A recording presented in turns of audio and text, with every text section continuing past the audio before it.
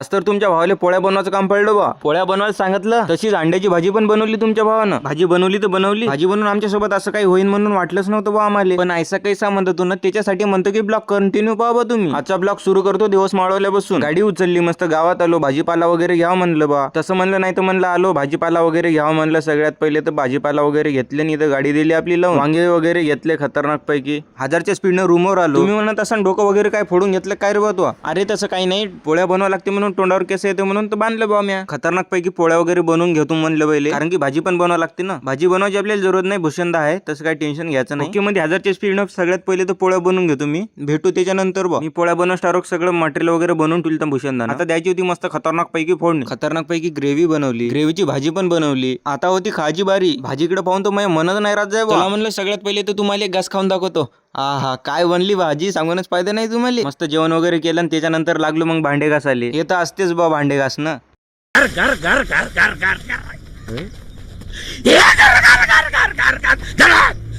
मी तर डायरेक्ट डोक्याला पट्टी बांधूनच भांडे घासत आहोत. तिकडे काही हो तिकडं फटाफट मध्ये भांडे घासून घेतले ओके मध्ये. तसंच सरकतीर आलो आणि झोपून गेलो बा. म्हणलं लय दमलो होतो. चला भेटू मग असेच एक नवीन ब्लॉग मध्ये. फॉलो करू वाटलं तर करता, नाही तर नका. जोरजबरी काही नाही आपल्यापाशी.